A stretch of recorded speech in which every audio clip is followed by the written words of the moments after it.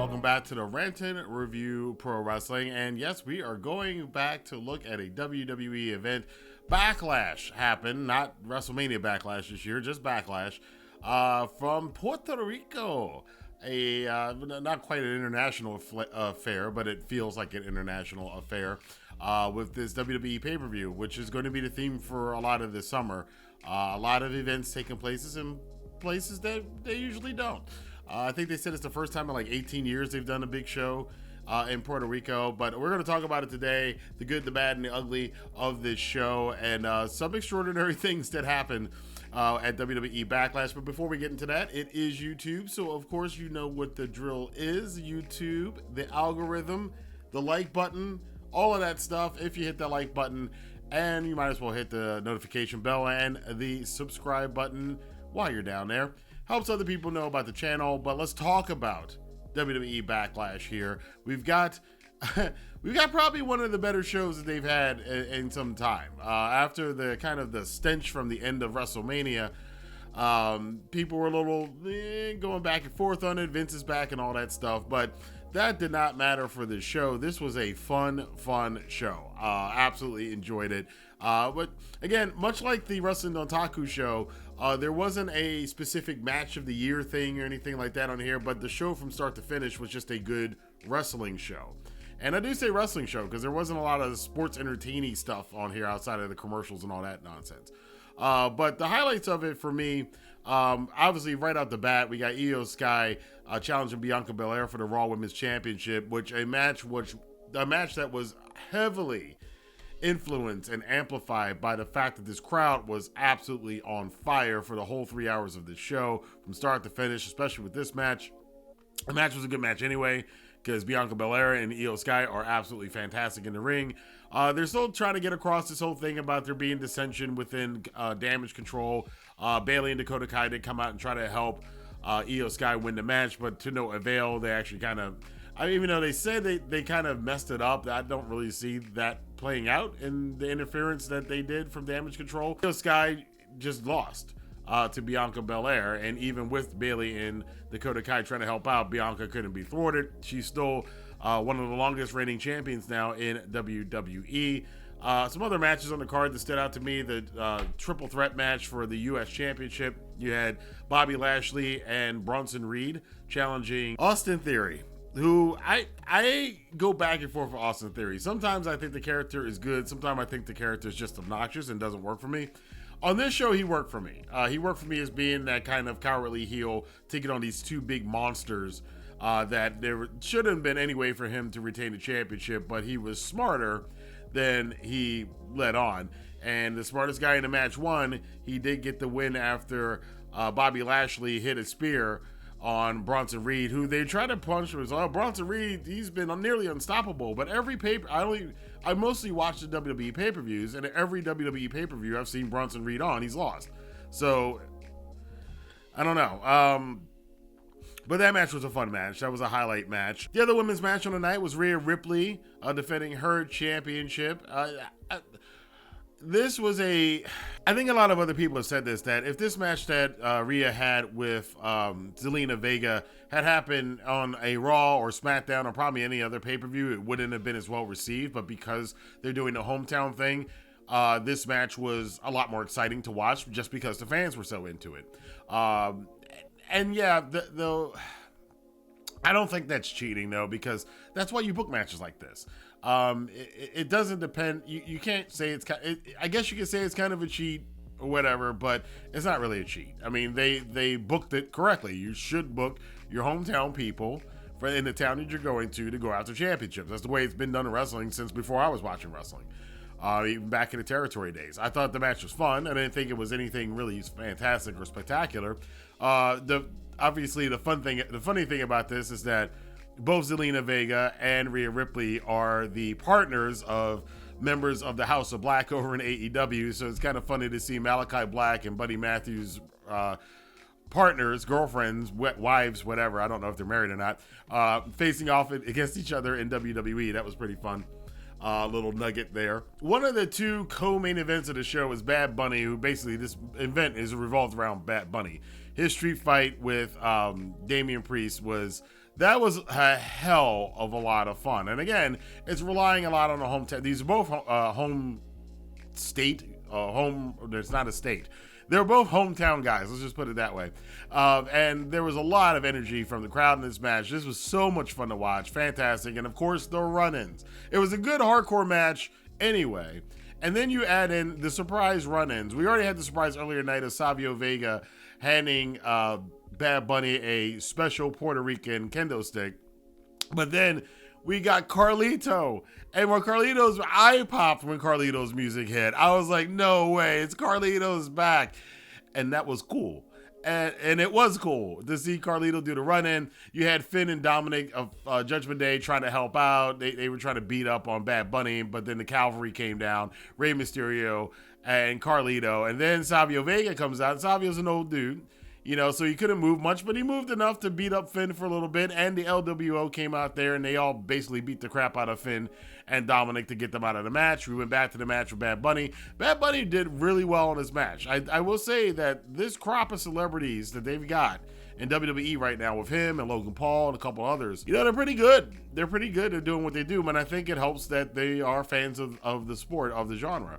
Bad Bunny does get the win with a Bunny Destroyer at the end of the match. I think it was just, again, I think this was just a lot of fun. This was that's kind of the theme of this whole pay-per-view. It was just a lot of fun to see all the hometown spirit and Puerto Rico and the fans going crazy and all of these surprises and run-ins and everything else. I thought it was fantastic. Omas took on Seth Rollins on the night as well.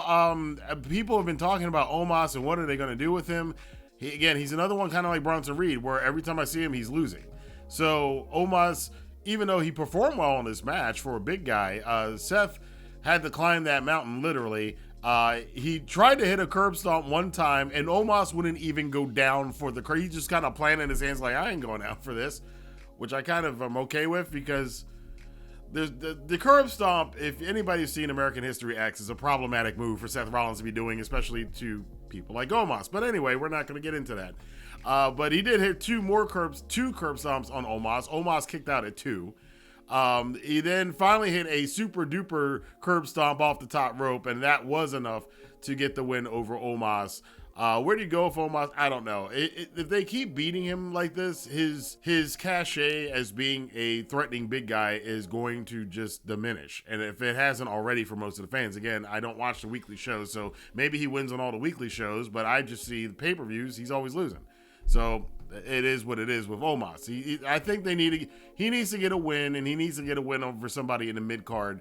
If they're going to keep doing him as this, the Nigerian giant, if they're going to keep doing that and have it mean anything, he's going to have to beat somebody of significance on one of these pay-per-views pretty soon.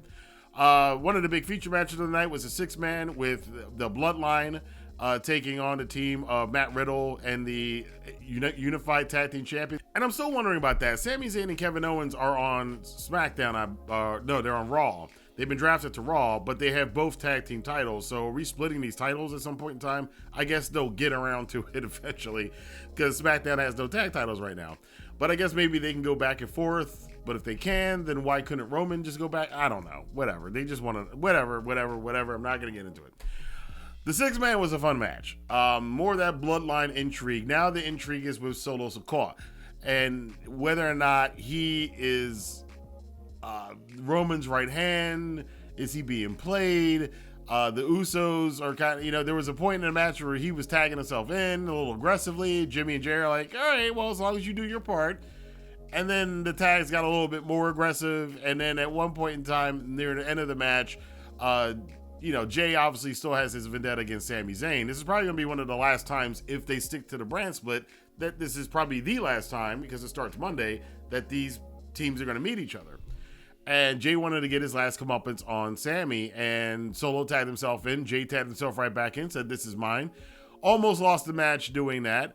Then at one point in time, Solo's going crazy on everybody. He grabs Jay and holds up the thumb, and he sees it, it was an accident at first, but then he sees that it's Jay, and he's still about to do it. And Jay's like, what in the hell's wrong with you? I'm your brother. He's not. He meaning Roman.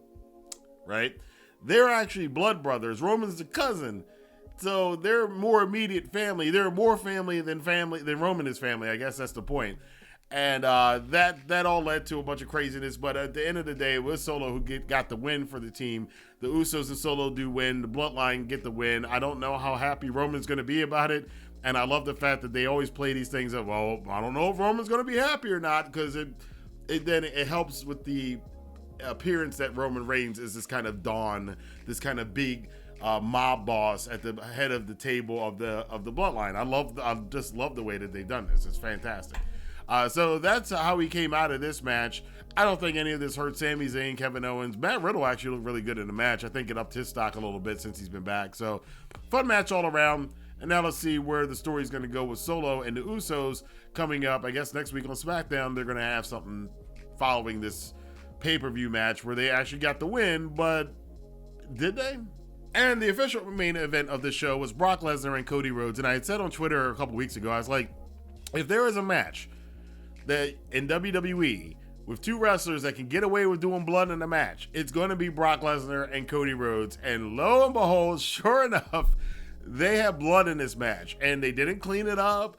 The referees didn't clean it. They brought a towel in and then kind of threw it away because the suspicion is that Brock, if that referee had given Brock a towel, he would probably get his ass kicked. If they had stopped the match to stitch Brock up or put Vaseline over the cut, Brock was not going to have that because Brock does what Brock wants to do.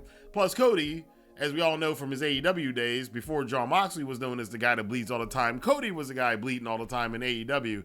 So like I said, if there was going to be blood in a WWE match, you were going to see it in this one, and we got it. Cody wound up ripping off the turnbuckle at one point in time while he was getting thrown around in Suplex City over and over again. He does a schoolboy, now he wasn't a schoolboy, he does a drop toe hold. Brock made sure he hit that turnbuckle too, man. He hit it full steam with his head to bust himself open right here.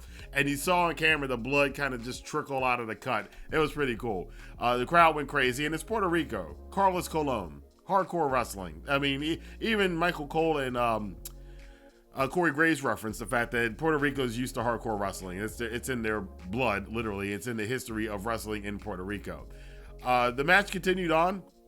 And Brock's bleeding everywhere. They do kind of keep wide off of it. There's no close-ups of it. Him and Cody go on for another few minutes. And at one point in time, Cody looks like he's getting the advantage. But Brock slaps on the Kimura. Cody looks like he's about done, but he pops his hips, pushes forward. Brock won't let go of the hold. 1, 2, 3, or should I say uno, dos, tres. And Cody wins the match, rolls out of the ring, and gets the hell out of there before Brock gets even more pissed than he already is and really does some damage to him. The referee even kind of like ran out the ring, and then he threw the towel on the Brock so Brock could wipe the blood off of his face. But it was a fun match. It's a typical Brock Lesnar match, but it's an exciting Brock Lesnar match, and plus it's a fresh matchup. You know, it's Cody versus Brock. You know, Cody, again, since Brock has risen up, Cody was in WWE when Brock was there before, but he was, that was the dashing Stardust days, and then he went, obviously the journey that Cody went on that we all know about. So it's kind of, it is a fresh matchup. It is kind of Cody to me still an AEW guy to some extent. So it is kind of an AEW guy versus a WWE guy, especially as they've been established over the last 10 years. But I thought the match was fun, and I thought the whole event was fun. And I can't complain about it. There wasn't much to complain about on the show outside of a few minor things here or there. And I think at the end of the day, it was the crowd that really, really helped this out. The crowd being so into the show, them giving the crowd a lot of moments to pop for. I think it was well done for a WWE sports entertainment show. But I want to know what you guys thought about Backlash. Let your voice be heard in the comment box below. And until next time, I will see you guys here. We got some other stuff to talk about. We got some AEW stuff to talk about. Some New Japan stuff that's coming up right now. Some fairly interesting news about Forbidden Door. Rumors going around that I'm very curious about, but we'll see about that. Again, I will see you guys here for the next review on the Rant and Review Pro Wrestling. Have a good day.